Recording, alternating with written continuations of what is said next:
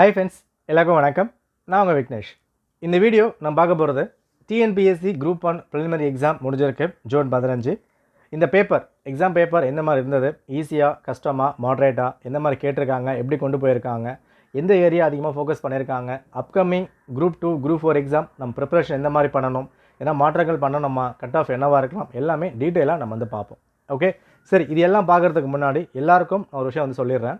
நீங்கள் நல்லா பண்ணியிருந்தேன், okay, better, well and good. But நல்லா தான் ப்ரிப்பேர் பண்ணியிருந்தேன், எக்ஸாம் ஹாலில் ஒழுங்காக பண்ண முடியல, தெரிஞ்ச கேள்விகள் தப்பாக நான் வந்து போட்டு வந்தேன், டைம் ஒழுங்காக வந்து பத்தலை, இந்த மாதிரி விஷயங்கள் ரொம்ப கஷ்டமாக இருக்குது, ரொம்ப ஃபீலிங்காக இருக்குது அப்படின்னு சொல்கிறீங்கன்னா உங்கள் கஷ்டம், ஃபீலிங் எல்லாமே ஒர்த்து தான். பட் அதுக்கான டைம் இது இல்லை. ஏன்னா இந்த வருஷம் குரூப் 1 குரூப் 4 குரூப் 2 ஆர்டராக வந்து வருது. வாய்ப்புகள் அடுத்தடுத்து வரும்போது நம்ம பயன்படுத்திக்கணும். குரூப் 4 குரூப் 1 லட்சியமாக வந்து இருக்குது, அடிச்சே ஆகணும், வெறியாக இருக்குது, எல்லாம் வந்து ஓகே. பட் ஏதோ ஒரு காரணங்களுக்காக எக்ஸாம் ஹால் தப்பு பண்ணிட்டீங்க, ஒழுங்காக போட முடியலைன்னா அடுத்து வரப்போகிற வாய்ப்பை சரியாக வந்து பயன்படுத்திக்கணும். இன்னும் 20 நாளில் குரூப் 4, 2-3 மாதத்தில் குரூப் 2 வருதுன்னா டைம் ரொம்ப கம்மியாக இருக்குது. தப்பு பண்ணிட்டீங்களா, ஏன் தப்பு பண்ணீங்க, ஏன் சரியாக வந்து போட முடியல, தெரிஞ்ச ஒரு கேள்வி ரொம்ப தப்பாக நான் வந்து போட்டுட்டேன், என்ன வந்து பண்ணலாம், இந்த மாதிரி விஷயங்களில் தப்பு அனலைஸ் பண்ணி சரி பண்ணிவிட்டு அடுத்த கட்டத்துக்கு நம்ம மூவ் ஆகணும். ஏன்னா குரூப் 4 குரூப் 2 கிட்ட வரதுனால அதுக்கு என்ன வந்து பண்ணலாம், இங்கே விட்டாச்சு, பரவாயில்ல, பாஸ்ட் இஸ் பாஸ்ட், அடுத்து வரப்போகிற வாய்ப்பை பயன்படுத்துறதுக்கு இங்கே நீங்கள் சரி பண்ணாதான் உண்டு. ஸோ ஒரு மூலையில் உட்காந்துட்டு ஃபீல் பண்ணிட்டு இல்லாமல் எழுந்து வாங்க, எல்லாமே பண்ண முடியும். நிச்சயமாக இது ஒரு எண்ட் கேம் இல்லை, முடிய போகிறது இல்லை. உங்களுக்கு வாய்ப்புகள் இருக்குது, வாய்ப்பு தட்டப்போகுது, கவு தட்டிகிட்ருக்கு. ஸோ குரூப் 2 குரூப் 4 என்ன பண்ணலாமோ அதுக்கான வழியை வந்து பாருங்கள், பண்ண முடியும். ஓகே, சரி. ஸோ பேப்பர் எப்படி கேட்டிருக்காங்க இதெல்லாம் பார்க்குறதுக்கு முன்னாடி உங்கள் எல்லாருக்கும் ஒரு முக்கியமான ஒரு கண்டென்ட், இந்த நியூஸ் வந்து பாருங்கள். இது அடுத்து வரப்போகிற குரூப் 4 குரூப் 2 இல்லை ஏதோ ஒரு ஜிஎஸ் எக்ஸாமில் கேள்வியாக வரலாம். என்ன நியூஸு, நேற்று வந்து ஒரு நியூஸு, கல்லணையில் இருந்து பாசனத்திற்காக நீரை திறந்து வைத்த முதலமைச்சர் என்ற பெருமையை பெற்றார் மு.க. ஸ்டாலின். ப்ரோ, இதெல்லாம் கேள்வியாக கேட்பாங்களான்னு கேட்டால், இந்த குரூப் 1 பேப்பர் பார்த்ததுக்கப்புறம் இந்த மாதிரி கேள்விகள் நிச்சயமாக வரதுக்கான ஹை சான்சஸ் இருக்குது. ஒன்று டைரெக்டாக எந்த சிஎம் அப்படின்னு கேட்கலாம், இல்லைனா எந்த அணையில் வந்து பண்ணாங்க அந்த மாதிரி வந்து கேட்கலாம், இல்லை கல்லணை எங்கே இருக்குது, கல்லணை யார் கட்டினாங்க, கல்லணைக்கார பேர் இருக்கா, இந்த கல்லணையை பேஸ் பண்ணி இந்த கான்டெக்ஸ்டில் கேள்வியாக கேட்க சான்ஸ் இருக்கலாம். ஓகே, ஏன் அவ்வளோ அழுத்தமாக சொல்கிறேன்றதை நம்ம லாஸ்ட்டாக வந்து பார்ப்போம். அது கொஞ்சம் அவுட் ஆஃப் பாக்ஸாக வந்து போகும், பட் எக்ஸாம்ஸ்க்கும் தேவை தான். ஸோ லாஸ்ட்டாக நான் வந்து சொல்கிறேன், வந்து வாட்ச் பண்ணிக்குவாங்க. அதுக்கு முன்னாடி இந்த பேப்பர் எப்படிங்க இருந்தது அதை நம்ம வந்து பார்த்துலாம். ரொம்ப இம்பார்ட்டன்ட், அதான் ஒரு விஷயம் இல்லையா. ஓகே, ஃபர்ஸ்ட் திங், பேப்பரில் வந்து 3 விஷயம் இருக்கு இல்லையா. So paper easy, moderate, tough, இந்த மாதிரி வந்து கேட்டிருந்தாங்க அப்படின்னா பேப்பரில் இது 3மே மிக்ஸ் ஆன மாதிரி தான் இருந்தது. ஃபர்ஸ்ட் திங் நான் இங்கே யோசித்தது, ஏன்னா எக்ஸாம் ஹாலில் ஒரு பேப்பர் எப்படி வந்திருக்குன்றதை நம்ம உள்ளே போனால் மட்டும் தான் வந்து தெரியும் இல்லையா. பேப்பரை பொறுத்த வரைக்கும் இங்கே அதிகமாக டைம் கன்சியூம் ஆச்சு, அது உண்மை. இங்கே நம்ம என்ன பண்ணியிருப்போம், நானே சொல்லியிருக்கேன், 200 கேள்வியுமே எல்லாருமே வந்து அட்டன் பண்ணிடணும்னு நான் வந்து சொல்லியிருந்தேன் இல்லையா. பட் இந்த பேப்பர் ரொம்ப பல்கியாக இருந்தது, ஆப்ஷன்ஸும் ட்ரிக்கியாக தான் இங்கே வந்து செட் பண்ணியிருந்தாங்க. கேள்விகள்லாம் கம்பேர் பண்ணால் ஈஸியாக மாடல் டஃப்பாக நம்ம வந்து வருவோம். பட் 200 கேள்விகளில் ப்ராப்பராக அந்த 3 மணி நேரத்தில் படித்து போட முடியும் அப்படின்னா எனக்கு தெரிஞ்சு இது என்னோட பாயிண்ட் ஆஃப் வியூ, ஒருத்தருக்கும் ஒரு ஃபீல் வந்திருக்கலாம். ஸோ நான் நான் வந்து சொல்கிறேன், பார்த்துட்டு ஓகேனா நீங்கள் எடுத்துக்கோங்க சரியா. 200 கேள்விகளில் ஒரு 160லேருந்து ஒரு 165 கேள்விகள் ப்ராப்பராக ஒரு 3 மணி நேரமும் ஃபுல்லாக படித்து போட முடியும்னா இவ்வளோ தான் வந்து போட முடியும். ஒரு 30-35 கேள்விகள் என்ன பண்ணலாம், ஃப்ளூக்கில் நம்ம வந்து போட்டிருக்க முடியும். ஏன்னா கேள்விகள்லாம் பெருசாக கேட்டிருந்தாங்க. முக்கியமாக நிறைய கேள்விகளில் இன்கரெக்ட் தான் கேட்டு வச்சுருந்தாங்க, நிறைய கேள்விகள் பார்க்க முடியும். பட் இங்கே தான் தப்பு நடந்தது. ஏன்னா ஏகப்பட்ட பேர் இன்கரெக்டாக பார்க்கவே இல்லை, ஆர்டிகல்ஸ் கொடுத்துருக்காங்களா கரெக்டாக ஆப்ஷன் வந்து பின்னா போட்டு வந்துட்டாங்க.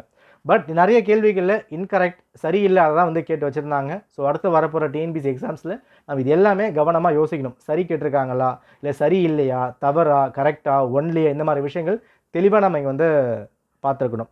ஓகேவா. நிறைய கேள்விகளில் சில மிஸ்டேக்ஸும் எல்லாமே வந்துருக்கு, எல்லாமே நம்ம வந்து பார்ப்போம். அப்போது இந்த 160 165 கேள்விகள் தான் ஒரு ப்ராப்பராக வந்து போட முடிஞ்ச மாதிரி வந்துருக்கும். ஓகே, ஸோ ஓவராலாக பேப்பர் எப்படின்னு கேட்டால் இந்த 200 கேள்விகளில் ஈஸி அப்படின்னு சொல்லும் போது ஒரு 120லேருந்து ஒரு 125 கேள்விகள் ஈஸிங்க. பேப்பர் ஹேண்டில் பண்ணுறதுக்கு டஃப் இல்லை, அதை நான் வந்து சொல்லுவேன். லாஸ்ட் டைம் கம்பேர் பண்ணும்போது குரூப் 2 குரூப் 1 கம்பேர் பண்ணும்போது இந்த வருஷம் பேப்பர் அந்த அளவுக்கு டஃப் கிடையாது. ஓகே, அடுத்தது மீடியமாக பார்க்கும்போது ஒரு 20லேருந்து 25 கேள்விகள், ஒரு 30 கேள்விகள் மீடியமாக தான் கேட்டிருந்தாங்க. ஒரு 30-35 கேள்விகள் தான் ரொம்ப டஃப்பாக இருக்க மாதிரி யோசிக்க முடியாத அளவுக்கு வந்துருந்தது.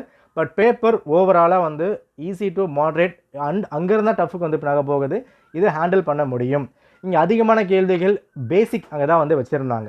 நம்ம அடிக்கடி சொன்ன விஷயம் என்னென்னா, ஸ்கூல் புக்கை ஸ்ட்ராங் பண்ணுங்கள், செமஸ்டர் புக்கு ஃபுல்லாக படிங்க, அதுக்கப்புறம் நெக்ஸ்ட் போகலாம் நம்ம சொல்லியிருந்தோம். பட் நிறைய பேர் என்ன கொஸ்டின் பண்ணது, டிகிரி லெவலில் படிக்கிறோம், குரூப் 1 படிக்கிறோம், இன்னும் ஸ்கூல் புக்கை படிக்க சொல்கிறியா, அப்டேட் ஆகு அப்படின்னு சொல்லியிருந்தாங்க. நல்லா புரிஞ்சுக்கோங்க, இங்கே 175 ஜிஎஸ் கேள்வி கேட்டிருந்தாங்க இல்லையா? இப்போ இந்த 175 ஜிஎஸ் கேள்வி உங்களுக்கு ஒரு 1 hour அட்டன் பண்ணுறீங்க, எக்ஸாம் 60 நிமிஷம் நீங்கள் அட்டன் பண்ணுறீங்க. இந்த 60 நிமிஷத்தில் மினிமம் ஒரு 40 கேள்வி நீங்கள் போடுறீங்கப்பா, ரைட்டா? இந்த 40 கேள்விகளில் ஒரு 30+ சரியாக போட்டிங்கன்னு வைங்களேன், உங்களோட நம்பிக்கை வேறு லெவலில் வந்திருக்கும், ரொம்ப ஹையில் வந்திருக்கும்.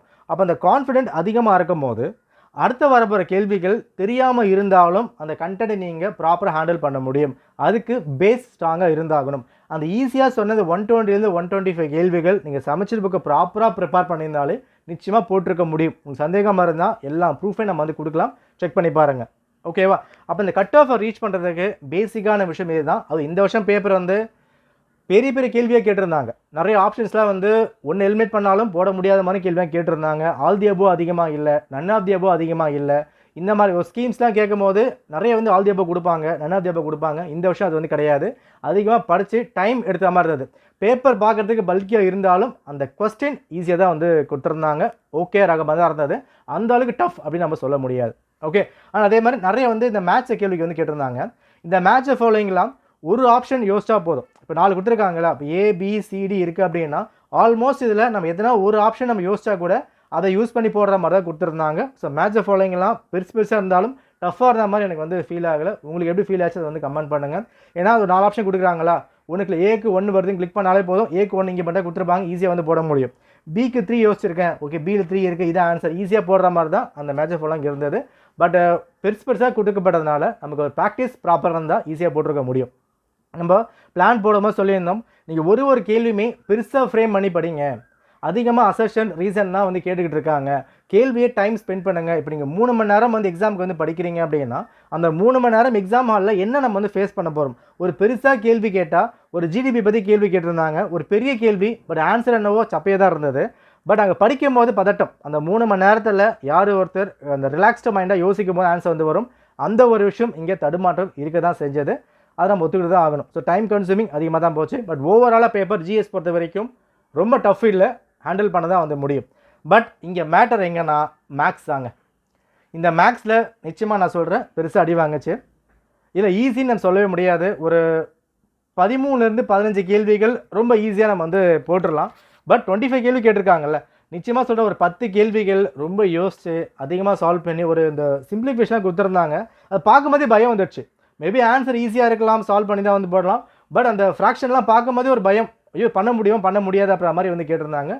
ஆப்டிடியூட் இந்த வருஷம் என்னை பொறுத்த வரைக்கும் குரூப் 1ல் டஃப் தான்.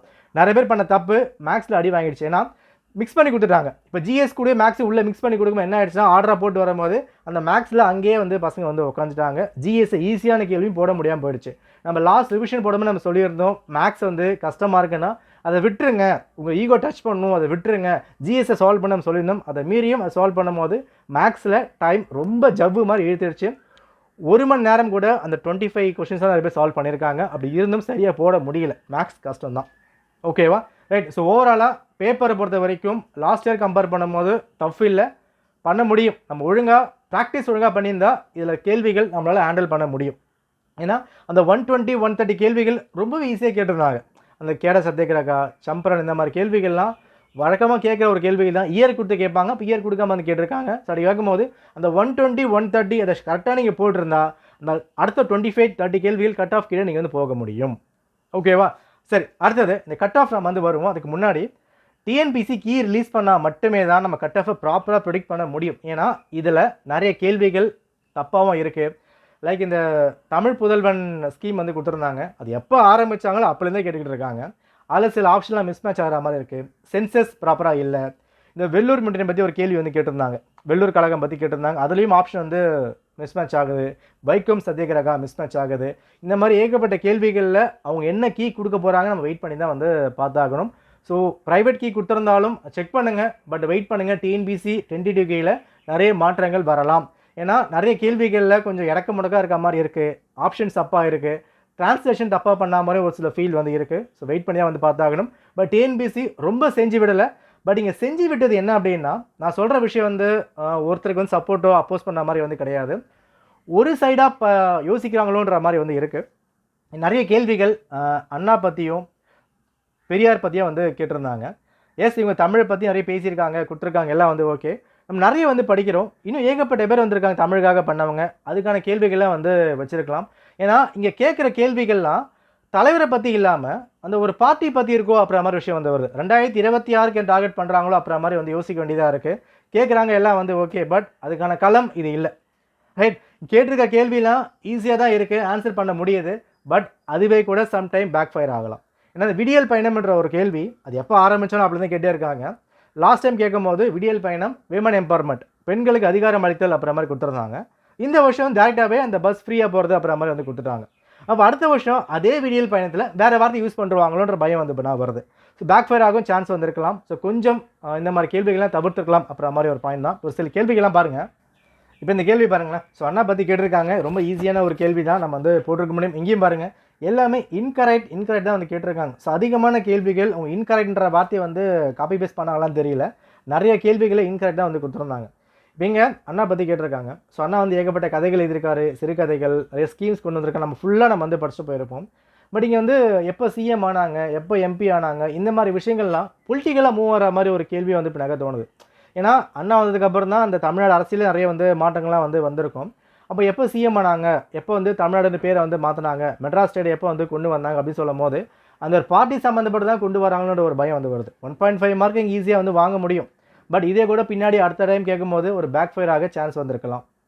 ஓகே, இப்போ இந்த கேள்வியில் வந்து பாருங்கள், இந்த கேள்விலாம் தவிர்த்திருக்கலாம். இது வந்து கேட்டிருக்கூடாதுன்றது ஒரு தனிப்பட்ட கருத்து, உங்களுக்கு எப்படியா வந்து சொல்லுங்கள். திமுக இந்திய எதிர்ப்பு போராட்டத்தில் முக்கியமான பங்கெடுத்து கொண்டது. திமுக மக்களை தமிழர் என்ற அடையாளத்தால் ஒன்றனே வற்புறுத்தியது அப்புறம் மாதிரி கொடுத்துருக்காங்க. ஒரு கட்சி சார்ந்து, அதாவது ஒரு ஸ்வராஜ்ய பார்ட்டி கேட்குறாங்க அப்படின்னா முடிஞ்சு போன ஒரு கட்சி, ஒரு ஆக்டிவாக இருக்க ஒரு கட்சி, ரூலிங் பார்ட்டி இருக்காங்க அப்படின்னு கேட்கும்போது எக்ஸாம்ஸ் எழுதுறவங்க எப்படி வேணால் வந்திருக்கலாம். இந்த இடத்துல திமுக தான் இதை பண்ணாங்கன்ற ஒரு மைண்ட் செட்டுக்கோ, திமுக தமிழருக்காக தான் எல்லாம் பண்ணாங்கன்ற ஒரு மைண்ட் செட்டுக்கும் இங்கே வரா மாதிரி வந்து ஃபீல் ஆகுது. அவங்க பண்ணாங்களா பண்ணலையானா, திமுக அப்போஸ் பண்ணுறவங்க எக்ஸாமில் எழுதுவாங்க, சப்போர்ட் பண்ண எக்ஸாமில் எழுதுவாங்க. அப்போஸ் பண்ணுறவங்க மேபி இதை பண்ணியிருக்காங்களா பண்ணலையா, நிறைய மீம்ஸ் யூடியூப் வீடியோலாம் வரும், அதை பார்த்துட்டு இல்லை போய் சொல்கிறாங்க, இந்த ஃபேக்காக வந்து கொடுத்துருக்காங்க, கிளைம் பண்ணுறாங்க யோசிக்கும் போது ஒருவேளை வராதோ அப்படியே வந்து பின்னாக யோசிக்கலாம். ஸோ ஒரு பார்ட்டி சம்மந்தப்பட்ட கேள்வி வைக்கணுமன்ற ஒரு கேள்வி பெருசாக வந்து வருது. என்னை பொறுத்த வரைக்கும் இந்த கேள்வி இங்கே வச்சிருக்க கூடாது, பட் அதை வச்சுருக்காங்க. பட் என்ன மைண்ட் செட் நமக்கு வந்து தெரியல. ஏன்னா நிறைய கேள்விகளில் 2026க்கு பிரச்சாரத்துக்கு பயன்படுத்துகிறாங்களோ அப்புறம் மாதிரி தான் வந்திருக்கு. ஏன்னா எல்லாருமே ஒரு நியூ ஓட்டர்ஸும் உள்ள எக்ஸாம்ஸ் வந்து எழுதுவாங்க, யங்ஸ்டர்ஸ் உள்ள போய் எழுதும் போது ஓகே இவ்வளோ ஸ்கீம்ஸ் வந்து கேட்டிருக்காங்க. அந்த விடியல் பயணம், தமிழ் புதல்வன்லாம் ரெகுலராக வருது, அந்த கேள்வி விடவே மாட்டுறாங்க. நான்லாம் நோட்ஸ் வந்து கொடுத்துருந்தேன், விடியல் பயணம், தமிழ் புதல்வன் கொடுத்துருந்தேன். இதுதான் கேட்பாங்க, இது படிச்சுட்டு போங்கிற மாதிரி நம்ம வந்து கொடுத்து வச்சுருந்தோம். ஏன்னா அதான் வந்து கேட்டே இருக்காங்க. ஸோ ஃப்யூச்சரில் அந்த மாற்றங்கள் வந்து வரலாம்.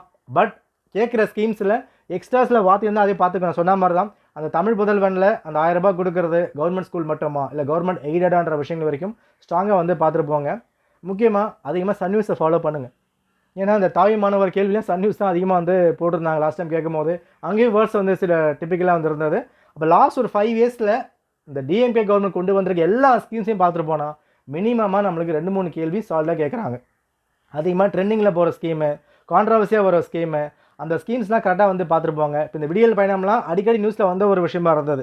அதே மாதிரி 1000 ரூபா வந்து பெண்களுக்கு வந்து கொடுக்குறது, அதை பற்றி வந்து கேட்டிருந்தாங்க. இப்போது 1000 ரூபா பெண்களுக்கு கொடுக்குறதும் விமன் எம்பவர்மெண்ட் அப்புறம் மாதிரி நம்ம வந்து யூகிக்கலாம். விடியல் பயணமும் அதே மாதிரி யூகிக்க முடியும். இப்போ ரெண்டுமே கொடுத்துட்டா எதை நம்ம வந்து போட போகிறோம், அந்த விஷயம் வந்து வரலாம். ஸோ இந்த ஆங்கிளில் அந்த ஸ்கீம்ஸ் எல்லாம் பார்த்துட்டு போங்க. ஏன்னா இப்போது அந்த ஸ்கீம்ஸை பேஸ் பண்ணி தான் கேள்வி வந்து வச்சுட்டு இருக்காங்க. ஆனால் பட்ஜெட்டில் ஒரு கேள்வி கேட்டிருந்தாங்க பாருங்கள், அதை பார்க்கும் போது ரொம்ப ஷாக்கிங்காக இருந்தது. இந்த கேள்வி தாங்க, அதாவது தமிழ்நாடு கவர்மெண்ட் அந்த ருபீ சிம்மில் ரூல் மாற்றினாங்க, தமிழுக்காக அதை கொண்டு வந்தாங்க, ட்ரெண்டிங்கில் போச்சு. இந்த ஸ்டேட்மெண்ட் நான் ஒத்துக்கிறேன், ரைட்டா? இப்போது இதுக்கான ஆன்சர் வந்து ஆப்ஷன் பி தான் வந்து போடணும். பட் எக்ஸாம் ஹாலில் அதிக பேருக்கு டி தோணிருக்கும்ன்றது தான் ஒரு விஷயம். என்ன கேட்டிருக்காங்க, to ensure wide spread development of Tamil Nadu benefit all அப்படின்னு கொடுத்துருக்காங்க. தமிழில் பாருங்களேன், அனைவருக்கும் பயனளிக்கும் வகையில் தமிழ்நாட்டின் பரவலான வளர்ச்சியை உறுதி செய்தல் அப்படின்ற ஒரு விஷயம் கொடுக்கப்பட்டிருக்கு. அதாவது இங்கே சிம்பிள் மாற்றத்தினால வளர்ச்சி வராதுன்றது தான் நம்மளுக்கான கான்செப்ட். பட் டிஎன்பிசி என்ன கொடுக்க போகிறாங்க வெயிட் பண்ணி தான் பார்த்தாகணும். ஆனால் இந்த சிம்பிள் மாற்றும் போது, சின்னத்தை மாற்றும் போது நியூஸ் எப்படி நின்றாச்சு, சிம்பிளை மாற்றிருக்காங்க. பட்ஜெட்டில் எல்லாருக்கும் எல்லாம் அப்புறம் மாதிரி கூட விளம்பரம் வந்து பண்ணியிருந்தாங்க. நம்ம ட்ரெண்டிங்லையோ ட்விட்டர்லையோ யூடியூப்லையோ நம்ம போடும்போது கூட எல்லாருக்கும் எல்லாம் அப்படின்னு கொடுத்துருந்தாங்க. அப்போது அந்த சிம்பிளை மாற்றிருக்காங்க, எல்லாருக்கும் எல்லாம் சொல்லியிருக்காங்களே, அப்போ இதுக்கு என்ன காரணம் இதுவாக வந்துருக்கலாமா, ஆப்ஷன் டியாக வந்து வரலாமா, இந்த மைண்ட் செட்டில் யோசிக்க தோணி இருக்கும். ரைட், பட்ஜெட் நம்ம ஏகப்பட்ட விஷயம் வந்து படித்தோம். பட் இன்ஜின் கேட்டிருந்தாங்க, ஈஸியான ஒரு கேள்வி தான். பட் இன்னும் நிறைய விஷயம் நம்ம மார்க் பண்ணி கேட்டிருந்தோம், அதெல்லாம் வந்து கேட்டுக்கலாம். இந்த மாதிரியான கேள்விகள் அந்த கூற்றுக்கும் காரணங்களுக்கும் எங்கெங்கேயோ இருக்கிற மாதிரி விஷயம் வந்துருக்கு, சம்மந்தமே இல்லை தான், பட் அதை யோசிக்கணும் இல்லையா? இப்போ நம்ம நியூஸை வந்து பார்த்துருந்தோம்னா நம்ம யோசிக்கிற விஷயம் தான், ரூ மாற்றினாங்க, ட்ரெண்டிங்கில் போயிருக்கு, பக்கத்துலேயே பட்ஜெட் எல்லாருக்கும் எல்லாம் கொட்டாயத்தில் கொடுத்துருக்காங்க, இதுக்கு இதான் வந்து காரணம், நம்ம வந்து போட்டு வந்துடலாம். அப்படி யோசிக்கும் போது தப்பாக வரத்துக்கும் சான்ஸ் வந்திருக்கலாம். அப்போ நீங்கள் ஃப்யூச்சர் படிக்கிறீங்கன்னா லாஸ்ட் கொண்டு வந்திருக்க அந்த 5 இயர்ஸ் அந்த ஸ்கீம்ஸ்லேருந்து எல்லாமே பார்த்துட்டு போங்க. எதில் இருந்தால் ஒரு கேள்வி வந்து கேட்பாங்க. அந்த மாதிரி காலை உணவு திட்டம், தாய் மாணவர் திட்டம், தமிழ் புதல்வன், அப்புறம் வந்து நான் முதல்வன் திட்டம் வந்து இன்னும் கேள்வி கேட்கல, இதையும் அத்தை வந்து கேட்டுவாங்கன்னு நினைக்கிறேன். அதை வந்து இப்போ நகா பார்த்துக்கோங்க, அதில் எவ்வளோ காசு கொடுக்குறாங்க, இந்த மாதிரி ஃபண்டு சம்மந்தப்பட்ட விஷயங்களில் லாஸ்ட் 5 இயர் எல்லாமே நீங்கள் பார்த்துருக்கணும். சொல்லப்போனால் ஏதாவது முதல்ல ஸ்டார்ட் பண்ணியிருக்காங்க இந்த அமைச்சர், முதலமைச்சர், துணை முதலமைச்சர் யாராவது ஸ்டார்ட் பண்ணியிருக்காங்க, அண்டு இந்த பார்ட்டி சம்மந்தப்பட்ட தலைவர்கள் அன்பழகனாக இருக்கட்டும், இல்லைனா கலைஞராக இருக்கட்டும், அண்ணாவாக இருக்கட்டும், பெரியாராக இருக்கட்டும், அவங்க என்னெல்லாம் பண்ணியிருக்காங்கன்ற வரைக்கும் இன்டெப்த்தாக பார்த்துட்டு போங்க. அது ப்ரிலிம்ஸில் வரலாலும் அடுத்த வர ஒரு மெயின்ஸே அது வந்து பின்னாக வந்துடும், பட் ப்ரிலிம்ஸே கேட்க தான் செய்வாங்க. ஸோ ஃபுல்லாக நீங்கள் பார்த்து தான் ஆகணும், அதை வந்து பார்த்துக்கோங்க. ஓகேவா? இந்த ஒரு சில கேள்விகள்லாம் நான் சொன்ன மாதிரி தான், இது வந்து ஈஸியாக இருந்தாலும் பேக் ஃபயர் ஆக சான்ஸ் இருக்குது. இந்த வார்த்தைகள் எப்படி கேட்குறோம் அதை நம்ம வந்து பார்த்துருக்கணும். சரியா? சரிங்க, பேப்பர் ஓவராலாக பார்த்துட்டோம். அடுத்து வரப்போ என்ன வந்து இப்போ நாங்கள் இருக்கலாம், இங்கே நான் சொல்கிறது தான், பேசிக்ஸை ஸ்ட்ராங் பண்ணுங்கள், தயவு செஞ்சு ஸ்ட்ராங் பண்ணுங்கள். இப்போ அடுத்து குரூப் 4 வந்து வருது. குரூப் 4ல் 75 கேட்குறாங்க மேக்ஸ் இல்லாமல். இந்த 75ல் மினிமமாக உங்களுக்கு சமச்சீர் புத்தகத்துலேருந்து டைரெக்டாக 55 கேள்வியாவது கேட்டுருவாங்க. ஓகேவா? ஒரு 20 கேள்விகள் கரண்ட் அஃபேர்ஸை பேஸ் பண்ணியோ கொஞ்சம் வெளியே இந்த அப்படி எப்படி வந்து கேட்கலாம். பட் நம்ம டார்கெட்டு 20 இருக்கக்கூடாதுங்க, 55 தான் வந்துருக்கணும். இந்த 55 நம்ம ஸ்ட்ராங்காக போட்டுட்டா 20 வந்து ஃபேஸ் பண்ண முடியும். குரூப் 2 வருதா, 75 கேள்வி கேட்குறாங்களா, 30 கேள்விகள் சமச்சீர் புக்கை பேஸ் பண்ணி தான் வரும், டவுட்டே இல்லை, அங்கே தான் வரப்போகுது. அடுத்து ஒரு 30 கேள்விகள் வெளியிருந்து வந்து நாங்கள் வரலாம். அப்போ நம்ம ஃபோக்கஸ் இதுதான் வந்து முடிக்கணும். கண்ணுக்கு முன்னாடி என்ன இருக்கோ அதை முதல்ல பாருங்கள், அதை முதல்ல சரி பண்ணுங்கள். பின்னாடி என்ன நடக்குது அப்புறம் திரும்பி பார்த்துக்கலாம். சரியா? பின்னாடி கஷ்டப்பட்டு திரும்பி படிக்கிறத விட கையில் இருக்க சோர்ஸை ஃபுல்லாக முடிச்சுட்டா அடுத்த வரப்போகிற எக்ஸாம்ஸ் ஈஸியாக இருக்கும். பேசிக்ஸாக லேர்ன் பண்ணுங்கள். இந்த கேள்விகள்லாம் அதிகமாக நம்மளுக்கு சமச்சீர் பேஸ் பண்ணி தான் வந்து கேட்டு வச்சுருக்காங்க. இங்கே பாருங்கள், தெளிவாக நம்ம வந்து கொடுத்துருக்கோம் இல்லையா? இப்போ கலைஞர் மகளிர் உரிமை தொகை திட்டம் அப்படின்னு கொடுக்கப்பட்டிருக்கு, தமிழ் புதல்வன் வெளியில் பண்ணி கொடுத்துருக்காங்க. இப்போ இங்கே டேரெக்டாக கொடுத்தாச்சு, பெண் குடும்ப தலைவி அப்புறமே கொடுத்துட்டாங்க. இன்கேஸ் இது ரெண்டுமே கொடுக்காம வேறு மாதிரி கொடுத்துருந்தா, விமன் எம்பவர்மெண்ட் அப்படின்னு கொடுத்துருக்காங்க அப்படின்னா கண்டிப்பாக குழப்பம் வரதான் செய்யும். ஸோ அது ஏற்ற மாதிரி ஃபுல்லாக வந்து பார்த்து வச்சுக்கோங்க, எப்படி வந்து கேட்குறாங்க, எந்த மாதிரி கொண்டு போகிறாங்க கிளியராக வந்து பார்த்துக்கோங்க. அந்த கேள்விகள் ரிப்பீட் ஆகவும் செஞ்சுருக்கேங்க. பாருங்கள், இந்த தமிழ் இங்கே கேட்டிருக்காங்களா, இந்த ஆப்ஷன் பேஸ் பண்ணி ஒரு கேள்வி வந்து பின்னாக ஃபிக்ஸ் பண்ணியிருந்தாங்க. செல்ஃப் ரெஸ்பெக்ட் மூவ்மெண்ட்டை ஒரு ஆப்ஷனாக இருக்குது, கேள்வியை வந்து பின்னாக ஃபிக்ஸ் பண்ணியிருந்தாங்க. ஒரு ஸ்கீம் வந்து சென்ட்ரல் ஸ்கீமை ஆப்ஷனாக இருக்குது, கேள்வியை ஃபிக்ஸ் பண்ணியிருந்தாங்க. ஏகப்பட்ட கேள்விகள் ரிப்பீட் ஆகவும் செஞ்சது, புதுசாக வந்து கேட்குற மாதிரியும் தெரியல. அதனால் டிஎன்பிசி பொறுத்தவரை அடிக்கடி சொன்ன விஷயம் தான், 100 கேள்வி நீங்கள் அட்டன் பண்ணுறீங்கன்னா ஆப்ஷன் போடாதீங்க, வெயிட் பண்ணுங்கள், அந்த ஆப்ஷன் பேஸ் பண்ணி பின்னாடி வந்து வச்சுருப்பாங்க நான் சொல்லியிருப்பேன். இதில் இடத்துல ஒரு 4-5 கேள்வி அந்த மாதிரி தான் ஃபிக்ஸ் பண்ணியிருந்தாங்க. வெயிட் பண்ண வந்து பார்த்துக்கலாம். ஓகேவா?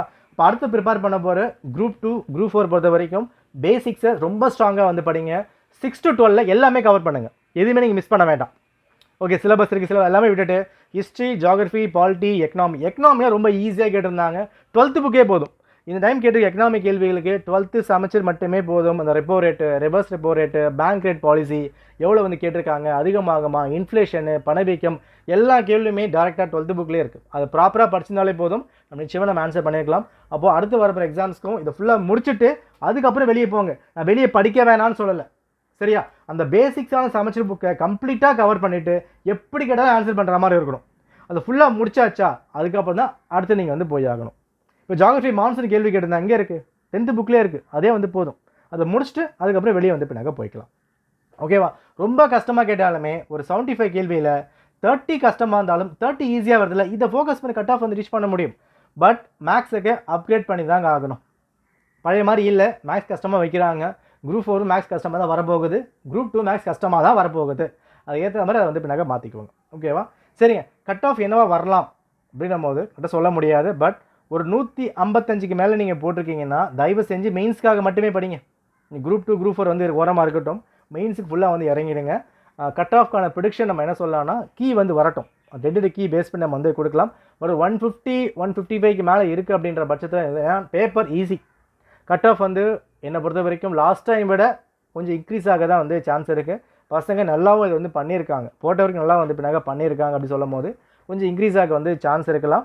ஸோ 155 160 லெவலுக்கு போட்டிருக்கீங்கன்னா நம்பிக்கையாக இருக்குது. ஒரு ப்ரைவேட் கீ பார்க்குறீங்கன்னா அதை மெயின்ஸ் படிக்க நீங்கள் ஆரம்பிச்சிடலாம். ரொம்ப கம்மியாக இருக்குது அப்படின்னா நீங்கள் குரூப் 2 குரூப் 4 வந்து படிங்க. ஒரு பார்டர் வந்து வருதுங்க, இப்போ வந்து ஒரு 135 130 145 வருது அப்படின்னா சொல்ல முடியாது. கீ வந்ததுக்கப்புறம் ஒரு ப்ரிடிக்ஷன் நம்ம வந்து கொடுக்கலாம். அது வரைக்கும் வந்து வெயிட் பண்ணுங்கள். ஒரு நெக்ஸ்ட் வீக் கீ வந்து பின்னாக வந்துடும். அன்டில் தென் டைம் வேஸ்ட் பண்ணாமல் குரூப் 4 குரூப் 2 படிக்க ஆரம்பிச்சிருங்க. திரும்ப நான் சொல்கிறேன், பேசிக்ஸை ஸ்ட்ராங் பண்ணுங்கள். லாஸ்ட்டாக கொண்டு வந்திருக்க 5 வருஷம் எல்லா ஸ்கீமை வந்து பாருங்கள். ட்ரெண்டிங்கில் போன ஸ்கீம் பாருங்கள். அப்போசிஷன் பார்ட்டி என்ன பேச அதே வந்து பின்னாக பாருங்கள். அஞ்சலி அம்மாள் கேள்வி வந்து கேட்டிருந்தாங்க, நம்ம விஜய் பார்ட்டி வந்து அதை பற்றி பேசினாங்கல்ல, அதை கேள்வி வந்து பின்னாக வச்சுருந்தாங்க. அப்போது எதிர்கட்சி சொல்கிற விஷயங்களையும் ஆளுங்கட்சி சொல்கிற விஷயங்களையும் கம்பேர் பண்ணி ட்ரெண்டிங்கில் போன ஒரு கான்டெக்ட்டை உள்ளே கொண்டு வந்தால் எக்ஸாமில் 1 or 2 கேள்விகள் நிச்சயமாக வந்து வரும். ஏன்னா ஒரு கேள்வியும் காஸ்ட்டு 1.5 மார்க் ரொம்ப ரொம்ப இம்பார்ட்டன்ட். ஸோ ஃபுல்லாக வந்து பார்த்துருங்க. Okay, and same time prepare பண்ணும்போது டைமை இழுத்து வந்து படிங்க. இப்போ இந்த மாதிரிலாம் கேட்டிருக்காங்க அப்படின்னா பாருங்கள், 4 வருஷம் வந்து படிக்கணும். ஓகேவா, இதை படிக்கிறதுக்கு டைம் வந்து எடுக்குதுன்னா நீங்கள் எக்ஸாம்ஸ்க்கும் அந்த மாதிரி தான் ப்ரிப்பேர் ஆகணும். ஒரு 10 நாளுக்கு முன்னாடி என்ன பண்ணணும், பெரிய பெரிய கேள்வியாக எடுத்துக்கோங்க. ஒரு 100 கேள்வி நீங்களாக வந்து சூஸ் பண்ணிவிட்டு அந்த 100 கேள்வி பெருசாக இருக்காமல் நீங்கள் வந்து பார்த்துக்கணும். இப்போ இந்த கேள்வி ரொம்ப பெருசாக இருக்கா, அப்போ என்ன பண்ணணும், எக்ஸாம்ஸ்க்கு ஒரு 10 நாள் முன்னாடி எடுத்துக்கிட்டு ஒரு 3 மணி டைம் எடுத்துருந்தோம். ஸோ 3 மணி நேரத்தில் 200 கேள்வியுமே பெருசாக எடுத்துகிட்டு எவ்வளோ டைம் சால்வ் பண்ண முடியுது. அந்த ப்ராக்டிஸ் தான் வந்து முக்கியம். கேள்வி கஷ்டமாக இல்லை, பட் கேட்டிருக்க கேள்வி பெருசாக பார்க்கும் பயம் வந்து வருது. அந்த 3 மணி நேரம் ஒன்றுமே நம்மளால் பண்ண முடியாது. அப்போ நீங்கள் பண்ண வேண்டிய வேலை என்னது, அடுத்த வர குரூப் 4க்கோ குரூப் 2க்கோ தமிழோ இங்கிலீஷோ மேக்ஸ் எல்லாமே பெருசாக தான் கேட்க போகிறாங்க. அந்த பெருசாக கேட்டால் டைம் எப்படி நம்ம ஸ்பெண்ட் பண்ண முடியும். அவ்வளோ பெரிய புக்லெட்டுங்க, அதை பார்க்கும்போதே ஒரு பயம் வந்து பின்னாக்க வந்தது. ஒரு 150 பேஜ் கிட்ட நினைக்கிறேன். ஸோ அவ்வளோ பெருசாக வந்து கேட்டு வச்சுருந்தாங்க. பார்க்கும்போதே அந்த பயம் ஆட்டோமேட்டிக்காக வந்து வருது. அந்த பயத்தை போக்கணும்னா இதே லெவல் எடுத்துக்கிட்டு நீங்களாக சூஸ் பண்ணிக்கிட்டு 3 மணி நேரத்தில் 200 கேள்வியை பெரிய பெரிய கேள்வி எப்படி சால்வ் பண்ணலான்றதை சால்வ் பண்ணி வீட்டில் ப்ராக்டிஸ் பண்ணுங்கள். ப்ராக்டிஸ் மட்டும்தான் எக்ஸாமை கிராக் பண்ண வைக்கும். ஓகே, ஸோ பேப்பர் ஓவராலாக இந்த வருஷம் பெட்டர், ஈஸியாக தான் கேட்டிருக்காங்க. Not tough to deal. But group 4ல் வந்து என்னோட கணிப்புப்படி தமிழும் மேக்ஸும் கை வைக்க சான்ஸ் இருக்குது. ஸோ தமிழுக்கு ஸ்ட்ராங்காக ப்ரிப்பேர் பண்ணுங்கள், மேக்ஸும் ஸ்ட்ராங்காக ப்ரிப்பேர் பண்ணுங்கள். குரூப் 2 விட குரூப் 4ல் மேக்ஸில் கை வைக்க போகிறாங்க எனக்கு தெரிஞ்சு. ஸோ கஷ்டமாக இருக்கலாம், ஸோ அதை பார்த்து வச்சுக்கோங்க. ஏன்னா குரூப் 4 ஃபில்டர் பண்ணோன்னா ஜிஎஸை விட மேக்ஸ் தான் கையை வைப்பாங்க, லாங்குவேஜ் தான் கையை வைப்பாங்க. லாங்குவேஜ் ஃபுல்லாக நீங்கள் படிச்சிருப்பீங்க, அது கவலை இல்லை. பட் மேக்ஸில் ஒரு 22க்கு மேலே நீங்கள் போட்டே ஆகணும். என்னோட ப்ரொடக்ஷன் படி மேக்ஸ் டஃப்பாக வரப்போகுது குரூப் 4ல் குரூப் 2 கம்பேர் பண்ணும்போது. அதனால் மேக்ஸை ரொம்ப ஸ்ட்ராங்காக படிச்சுக்கோங்க. ஓகே, நன்றி, வணக்கம்.